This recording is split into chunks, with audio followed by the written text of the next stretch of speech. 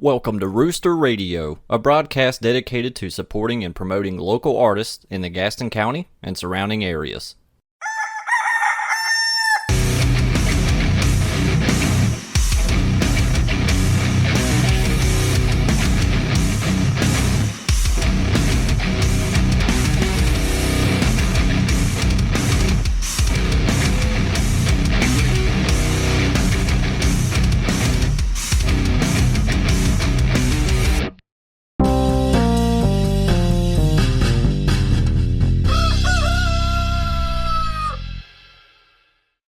We watched Idiocracy again a couple weeks ago. Yeah. It's a movie I like to watch like once a year to just remind myself how accurate Mike Judge was when he predicted the future 20 years ago. I haven't seen it.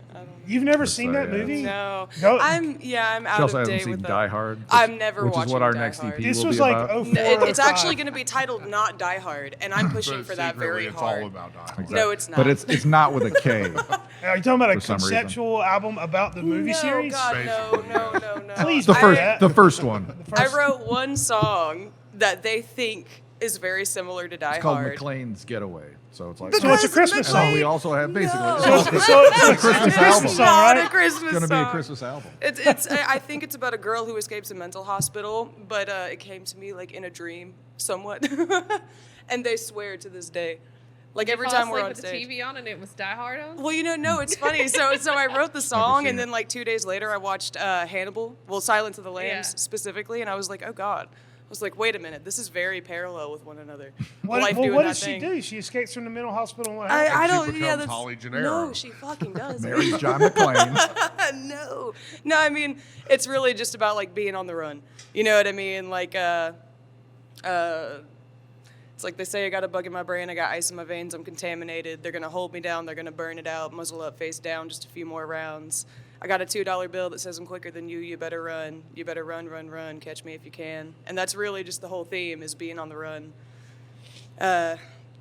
Trying not to be suppressed. You ever fantasize about how you might fare in a situation like that? Yes. There was like a TV show about Yes. it years ago where like they set it up where they brought in like some FBI people to like track down someone, and like the if you could get away after a certain amount of time, then you won some money. Yeah. Can't remember the name of the show. Wasn't that like the basis of Running Man? Probably, I don't know. Run, But run, like, run. yeah, they set up this experiment, and I think like two of the team, it was like teams of two. Oh, And wow. I think like two of them got away, but then like everybody else got caught. You know, and this was 10 years ago. Now it'd probably be even more difficult with AI facial recognition and Yeah. stuff. Oh, yeah. But no, it is kind of fun to think. Places what would that don't you do? take cash. Yeah, What, for like, sure. what route would you take if you found yourself having to be on the run from the man? Man, I don't know. The I'd long arm of the probably law. try to source one of my little urban exploration places because I love, before I had kids, I loved even more going around to like little abandoned locations and exploring. So I have a few things in mind of places I'd probably go. But like one of my favorites was the abandoned sanatorium in South Carolina. That was a really cool one.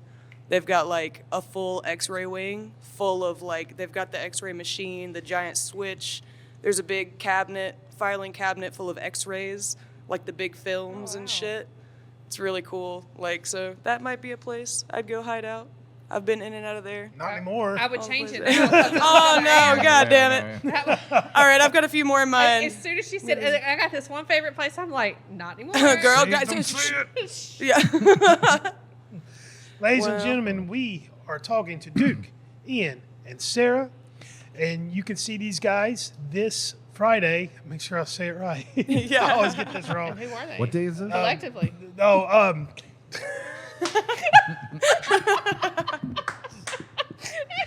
jumped right in. We're doing the Murder by Folk show. Yes. And we've got 4 bands. Duke, you're in all 4 of them, right? Yep, sure. All right. How does this happen? I'm a bassist. I play upright, and once your friends figure out that you're willing to play for everyone, then it Let's happens. go. He's the sluttiest bass player we Although know. I will be playing guitar in one of the bands and not bass. Yes. Yeah. Jack of all trades. That's a lot of work, man. I enjoy it. I end up doing it to myself pretty often because I'm in like 6 bands.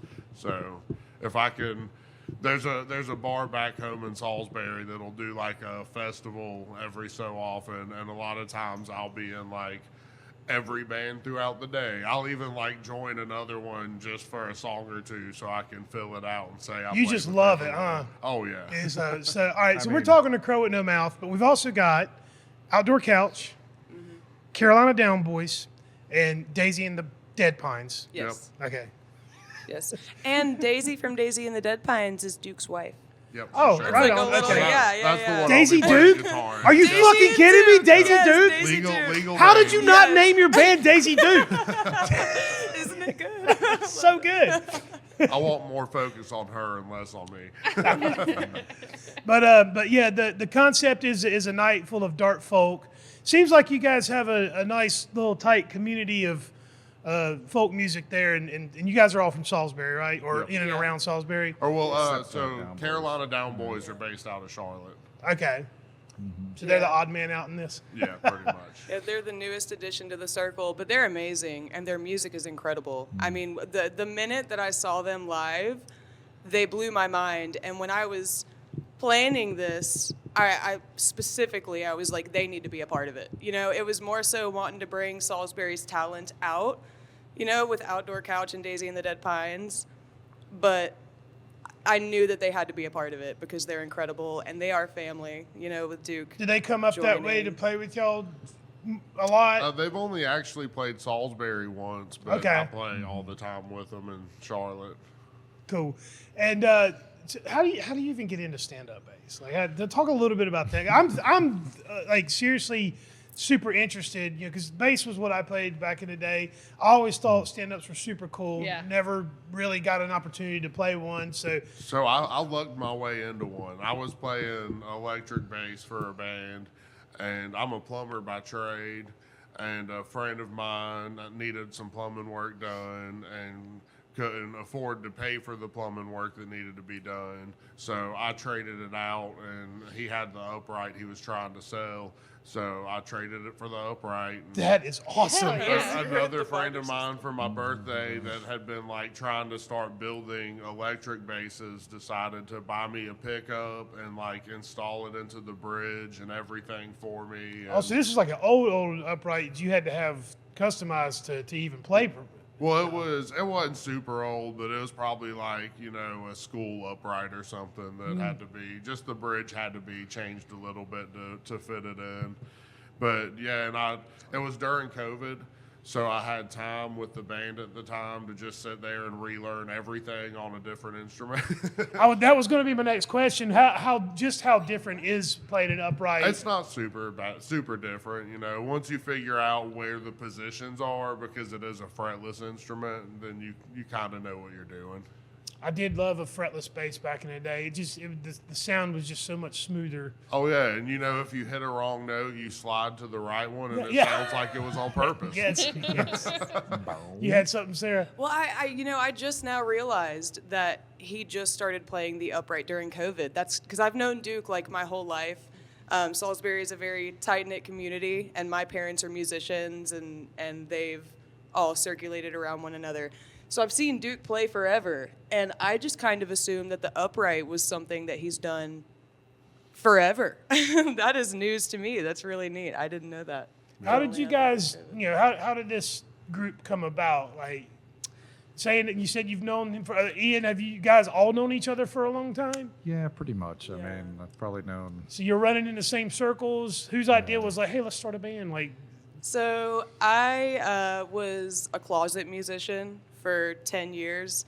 Like I said, my parents are both musicians, so I've always been around it. I've always played and wrote music, but I was so debilitatingly anxious. Like in chorus in high school, the teacher tried to make me do a solo in front of everyone because she liked the way that I sung it.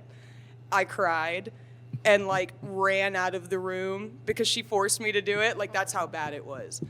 And finally, I don't know, I was like, I gotta stop being a bitch about this. I've got like hundreds of songs and I play by myself all the time and I post these little clips online. I'm like, I gotta do something.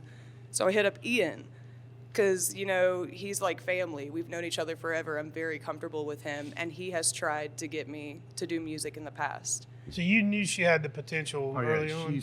she worked at my shop like 10 years ago, and I was like, she's playing a song, and I was like, hey, if you ever want to, work on tunes, like, let me know, like, let's or just records, whatever.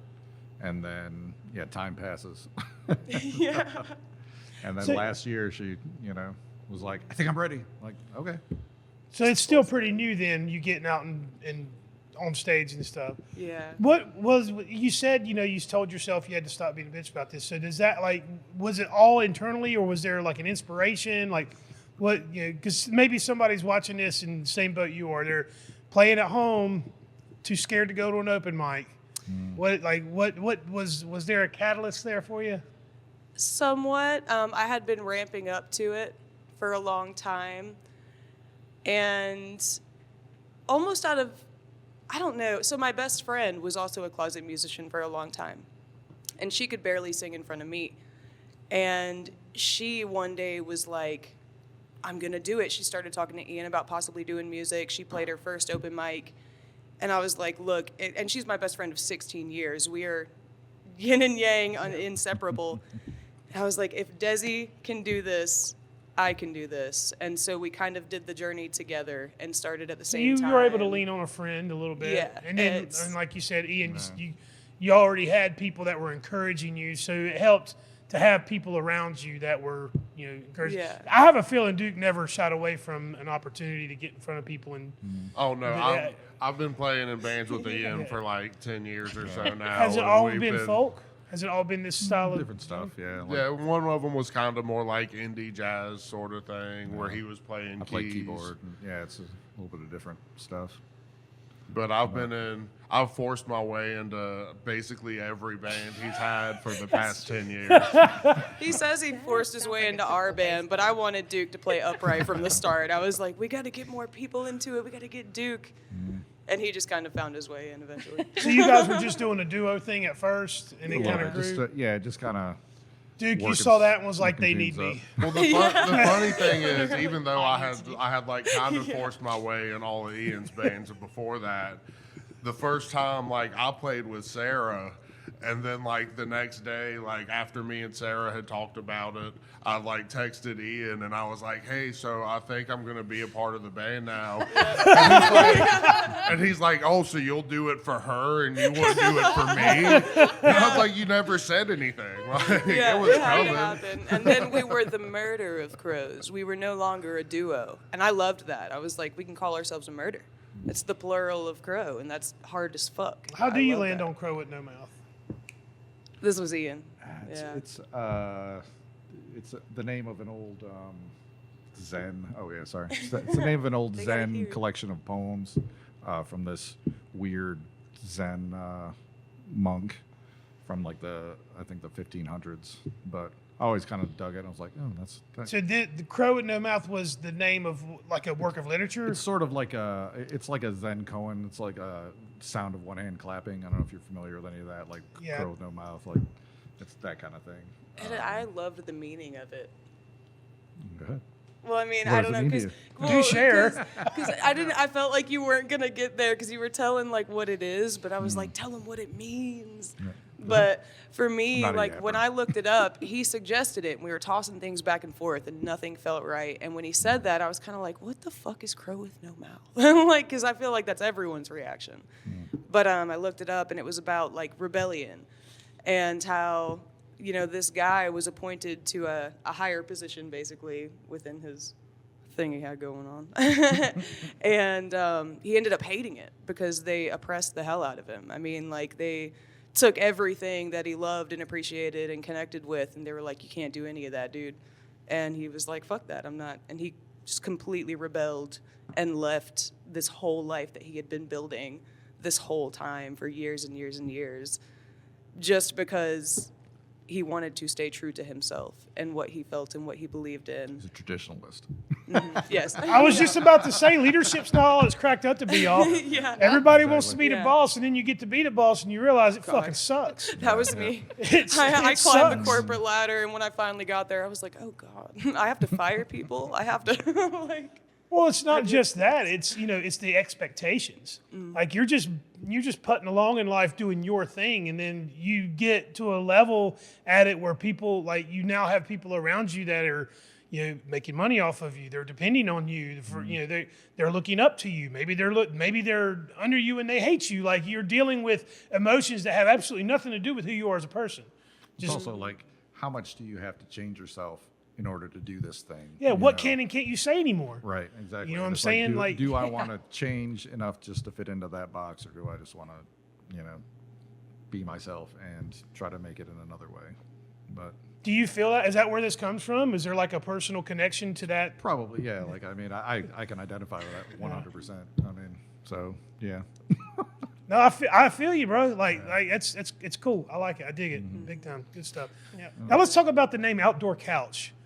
Okay. That just sounds like it stinks. I'm Yeah. sorry. So Sounds like something we used to jump off of cliffs onto when we were kids. Like there was always like a couch or some cushions somewhere in the woods that They we were didn't think jumping on. scabies sounded like Yeah. a good band name. Yeah. So, There was a God. long stretch of possible names for that were just ridiculous. So Landon the is my snack, boyfriend. We've been together almost 5 years, and Okay. I remember when he finally was like, "We need a name for his band." They had been playing for like 2 years, Well, and we'd we just were been in playing the car. under like Landon Bird Band or Landon Yeah. Bird and Yeah. he was like, I think he wanted less focus on himself and more on the collective. Yeah. We were in the car on the way from the beach, and he kept spitting out these names. One of them, my personal favorite, was Snacklebox. Snacklebox. He was like, "What about Hey, that's Snacklebox?" cool. And I was like, Sort of. "It's cool, but I don't think that's it." It's a little silly, but It doesn't Yeah. fit the sound. That's Yeah, the thing. Like, it didn't fit the anything can sound. be a band name, but no, phonetically it's fun. Yeah, right. Yeah. But you have to like it also has to fit. Like if you're a Snacklebox, you're playing like dark folk. I mean, I Yeah. don't know. Yeah, it sounds more like a Right. ska band. exactly Yeah. right. Yeah. Yeah. But yeah, I liked Outdoor Couch. I thought that was neat. I think it was, honestly, I'm pretty sure the inspiration was King of the Hill. Ah, That tracks. nice. I think, and even their graphic design that they had done is like a portrait of them in the alley, right? It looks like the King of the Hill. It's kind of the King of the Hill alley, Yeah. but I'm pretty sure it's chain link and not wooden fence. yeah, I know, you're right. It's a You little don't wanna bit get sued, crustier of an I alley. mean, It's just close. Well, And- you are and in the- Salisbury. Yeah, and the couch that we're sitting on looks like it's something out back of the Milestone or something. Not like, Yeah. Yeah.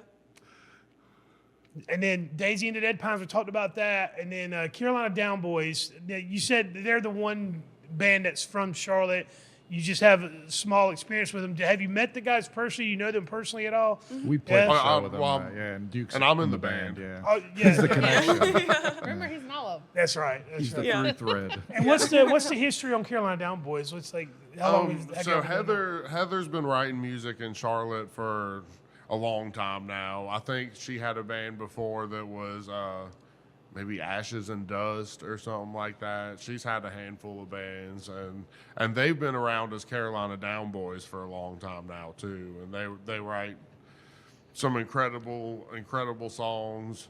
And Levi is he can play damn near any instrument. Like through certain sets, like we have songs where he's playing cello, banjo, electric guitar, acoustic guitar, like slide guitar. Oh, nice. Yeah. Nice. He's And awesome. will we be seeing some of that? This Friday? You'll be seeing acoustic and electric, banjo, and there was talks of bringing the cello. I don't know. We ended up redoing one of the cello songs where he's playing electric guitar and I'm handling more of the like bow duty on the bass. Mm-hmm. So I'm not sure. We'll figure that out Sunday exactly. Yeah, I what want all's to give coming. people like a sense of what to expect because it's the day after Christmas. Yeah. You know, this was a really tough like decision for me as like booking a show. Like it's a Friday night, people are in town, they've got family in town, people are coming back into town. It's like, what do we do? And I wanted to do something that anybody could come to. You know, not just like a heavy show or a hip hop show or country. I was like, folk kind of speaks to everybody. Like nobody hates folk music, right? Oh yeah. Yeah. Maybe there's I mean, a couple I'm sure, assholes out there, yeah. but it's like, you know, no matter what you're into, you can kind of dig what folk, because there's a lot of roots of rock and roller and, Americana and folk and stuff like that, to kind of give people an idea of what to expect. Because we're kind of billing it as like this dark folk show. So is it all murder ballads, or like what? Kind of give people an idea. Probably also call it singer-songwriter kind of thing, Yeah. because it's like it's storytelling. It's I'm like Outdoor Couch is more like folk punk. Like there's a So they're kind of more rocking Yeah. things out a little Yeah. bit. So there's an opportunity to kind of get up and dance with those Oh, yeah. guys. We're Yeah. probably right in the middle of that, between kinda, dark folk yeah. and folk punk. We're kind of more we're a little brighter, but also more storytelling, more meaningful lyrics, that kind of thing. We got some that are bops, like, as the kids say. Yeah. Some that are kind of mellow. Yeah, I That's think one it's- of the reasons why. That's what attracted me to you guys, because you played the one show here before. I don't even remember who else was on that, because there's so many shows. But you stood out because of the storytelling. Like there were moments in your set where you really kind of drew me in, and all the different stuff that we do here. Don't get me wrong, I like all of it. I have a good time here every night. Even on nights where we're having trouble with something, like, it doesn't matter. We're all here having a good time. But storytelling is my favorite. When somebody connects, when someone gets up there and connects with a room full of people, I mean, it's such a great skill, and it's such a like an honorable, like, I look up to people who are able to do that, because like, I get on here and I'm just trying to like make people interested in what we have going on. Like, I'm not really telling a story. I'm more like facilitating. Right. But what you do terrifies me. Like, I wouldn't want to get up there and try to connect with people that way. I don't really want to connect with people that way. I want to be connected with. Yeah. I want to be on this side of the stage. So, talk a little bit about that. So honestly, I think that was one of the biggest reasons why it was so hard for me to share my music, because my writing, and you can ask them, I write every single day. I have hundreds of songs because I've been doing this since I was a child. I always wanted to get into journaling because I've got a lot of mental illness in this little brain. And, that's one of the biggest pieces of advice they give you is to journal and write it out.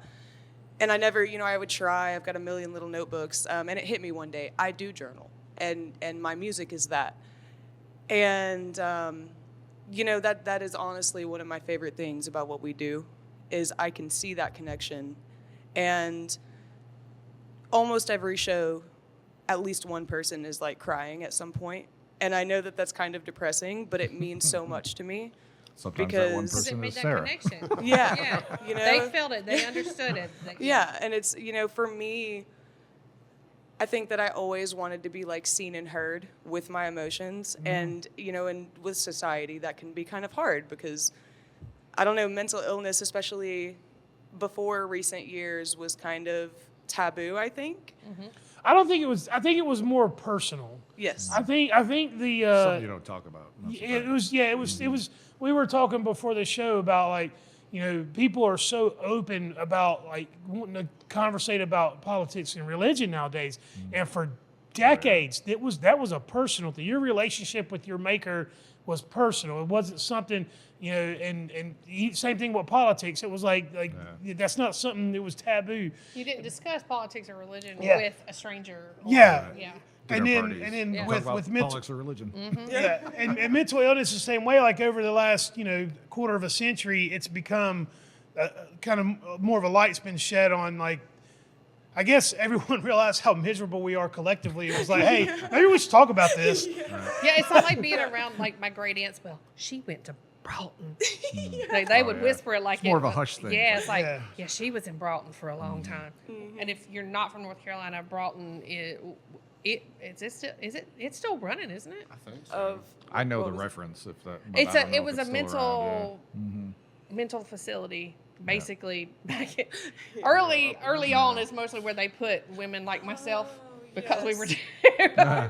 Uppity. too mouthy. I mean, there's still a sign for it on 40, so I imagine. I think it's it at is least still up open. and running, but yeah, that's what Yeah. it is. Yeah, but I mean, it is a good thing because it does kind of help all of us to like know that you're not alone and all that stuff. Some people maybe not share so much. Yeah.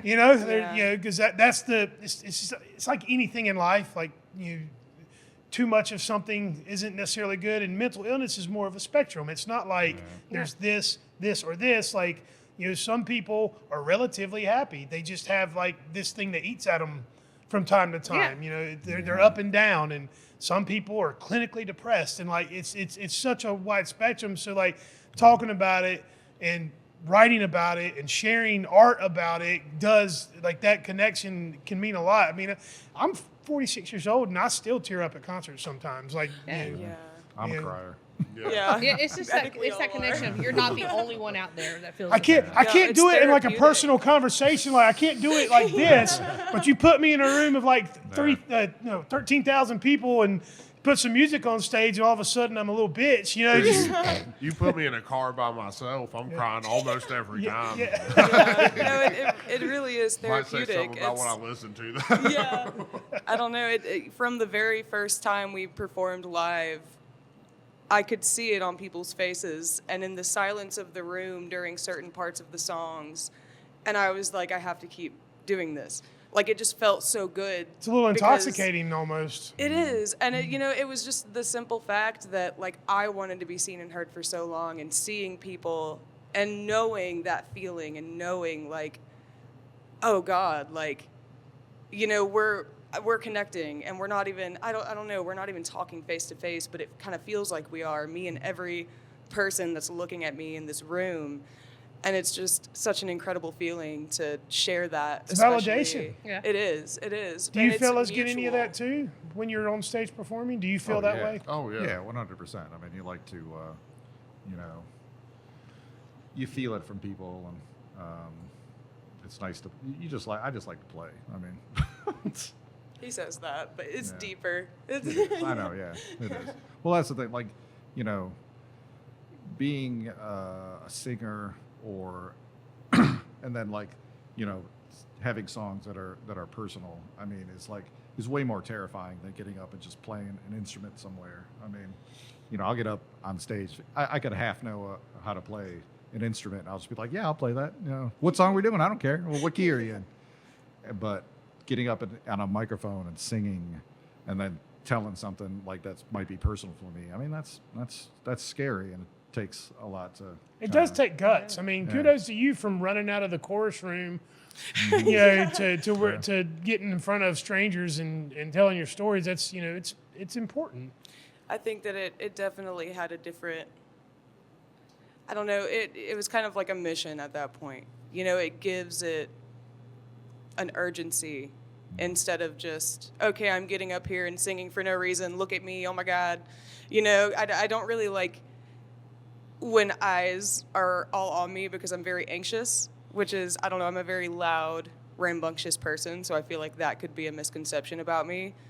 But You're loud anxious. I am loud anxious, but I am a very anxious person. So, getting up in front of people can be a little funky. But like I said, it just means a lot. And to hear people after shows tell me, like when we met, I remember we have a song called DNR, the Do Not Resuscitate, and you had specifically commented on that. And that's one that a lot of people have commented on. Because that song, when I wrote that, I was extremely suicidal. And, the chorus of that is, if I die before I wake, don't mourn, don't resuscitate. I was never here to stay and I'm coming home. It's like I spent a very long time, like a majority of my life, feeling like I was just supposed to be dead because I felt that way all the time.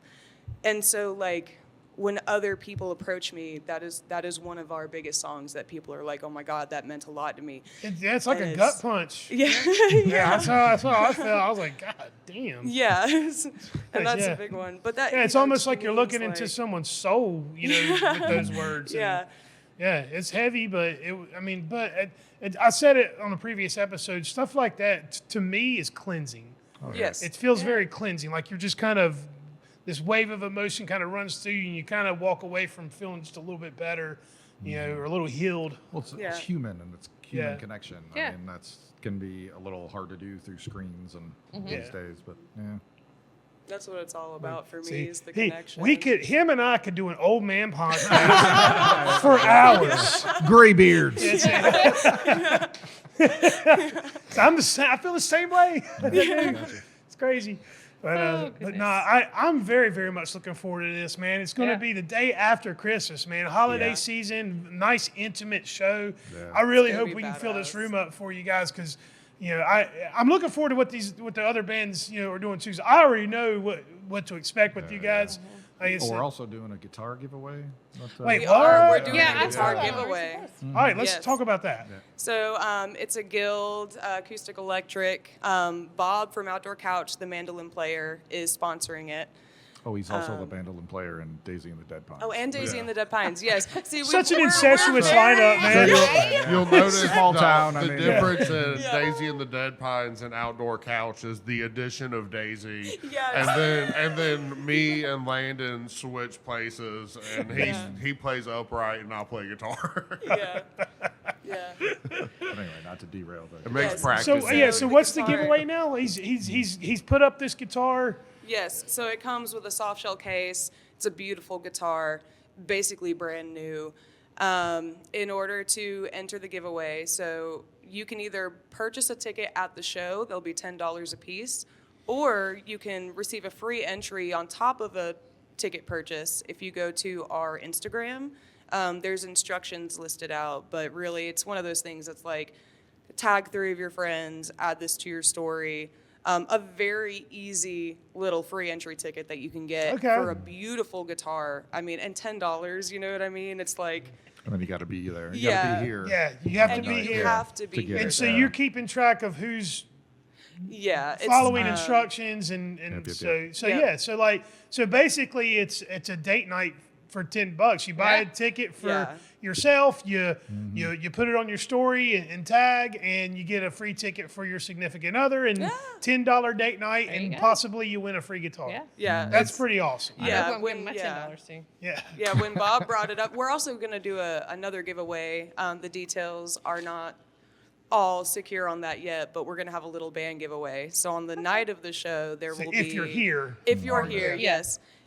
It'll be, a set amount of money for a ticket again, and the winner will receive merch from all of the bands. Oh, so it'll cool. be like a T-shirt, Yeah. some stickers. I believe there was talk about someone throwing in a vinyl, but I'm not. Like I Nice. said, the details are fuzzy. We're gonna have that. We're just gonna pull it out sporadically, most likely at the show. A surprise grab bag. Yeah, a little People love bit those, surprise. But so yeah, lots of cool stuff. You can get some free stuff just by showing up. Yeah. I mean, I think it'll be really neat, and it is a beautiful guitar. Like for $10 you could win a $600 instrument. I think That's cool. Yeah. Yeah. Hopefully, Definitely. that'll inspire a few extra ticket sales because I really want to Yeah. fill the room up. Like shows because it's the holiday season, I've kind of leaned heavy into like the acoustic and storytelling stuff for the month of Yeah. December. So here the last couple of weeks, we've had a handful of acoustic shows, and it's just the feeling is so much more warm, and it's it's more intimate and. It's a different vibe for sure. Yeah, it's just a different vibe, and I mean, it's like it's not quite coffee shop, Right. because that's kind of its own thing, but it's somewhere in between, like it's kind of got that low key kind of vibe to it, but the energy's not so low. Yeah. Right. The energy's a little higher, and that's kind of what I'm looking forward to. Is as those for a small room like this, those are the best shows. Man. Yeah. They really are. I love our heavy metal and our hardcore shows. Mosh pits and headbanging, and I still love that stuff. But the feeling you walk away from shows like these more intimate shows just with a better feeling. You just heavy like, shows- oh man. Heavy shows are a different vibe, a different good vibe. Yeah, it's like- also it's not the cleansing. same- Yeah. Yeah, exactly, you're right. it's more like you're exercising the demon Right. kind of cleansing. Physically getting it this is out. more spiritual. This is more of a spiritual, emotional cleansing. And this will be a particularly cool show because it's not just a chill acoustic thing. I mean, we've got levels to this shit. Yeah. There's have that. Mandolins, banjos. Yeah, and Outdoor Couch gets pretty hard. I like feel you like said, we should it's- bring the couch from the green room onto the stage. Oh my God, for this. please, Right? please. It That would- feels like we should bring the couch The out love for seat this. Yeah. on the couch. Yeah, the Yeah. love seat, Yeah, yeah. I'll be And sitting on it Carolina with you, Down Boys, they get pretty heavy with it as well. They do a lot of experimental kind of stuff with their set. So, there really are multiple layers, and that's what I love about this lineup. And I am so stoked to see it all pulled together. I mean, it's gonna be really cool. It's not just one or the other. It's kind of like a buildup of emotion and different feelings. And I think that the way we've got the lineup set up is like a buildup, So I think it'll be really neat. Awesome. Be good. Well, you heard it, folks. Murder by Folk, Friday, day after Christmas, here at the Rooster. You can win a free guitar, you can get stickers, you can get T-shirts, and you can just have a wonderful, wonderful evening. Show off the new clothes you got for Christmas the day before. Come on. There you go. And Christmas money. Get away from your family. spend that Christmas money here. Keep our doors open, please. We'll take those Visa gift cards. Before we wrap up, is there anything else you want to share with the audience or anything else? We got we have a EP that's dropping the night before on streaming platforms. We may or may not have the physical CD with us. It depends on if it gets here. So it'll be like a early album. Is there anywhere people can go right now and hear what you've got out or any of your stuff recorded? So I did make a few little website. cute videos. So we have a website on our page. It's linked on our Instagram and Facebook. There's some early demos on there. Also, if you look us up on YouTube, I made 2 little cute, shitty homemade videos of our demos as well. SoundCloud, there's a few. I think there's some unreleased little sketches on there. And you can get to all of these links by going to Crow with No Mouth on Instagram. And you've got links there for everything. The link to the website is there. You can go. And then the website can take you to everywhere else. Yeah, and it'll be everywhere. December 24th. That's where it'll be. Right on. It's Merry dropping. Christmas, right? Yeah, exactly. There's some new shit. Yeah. It's like Crow period with no mouth because Crow with no mouth was taken. Plus the W's next to each other looks weird. So. Fair. Interesting. I would be remiss if I didn't shout out my boy Bo Blair. You guys are in one of my best buddies, Bo, lives in Salisbury. Okay. And he's running for Congress. Yeah, Bo's a great guy. Yeah, you guys know Bo? Yeah, I know Bo. Okay. His wife and I were friends way back in the day. And I remember when she first started dating Bo, and Bo became a friend of mine as well. And so I've known that guy for a long time. I know where his heart's at. I know that he means everything he's saying. I've watched him grow through the years, and I just wish him the best of luck, man. I hope that... Tell him to come by Lost and Found. We'll do a event. Lost and Found? Yeah, it's my... His record shop. Okay. Record shop, oddities, curiosity. I will. Venue, the whole thing. Yeah, tell him to come by there for an event. I actually went to his, I drove up to Salisbury a month or 2 ago for his, official announcement. He's got some people in his corner, and looks he's doing all the things he has to. He's got an uphill battle to climb, just living where we live, but... shout out to Bo. I love you, brother, Bo and Heather. And hopefully he'll come to the show. Yeah. Oh yeah. Bo, you ain't shit if you don't show up. I'll text him and put an extra word in his ear. Yeah. Or else. Or else. But thank you guys so much for coming down and doing the show. I really appreciate it, and I'm really, really looking forward to the show. It's the day after Christmas, y'all. Be here at the Thank you Rooster. for having us. Yeah. Awesome. Peace and love.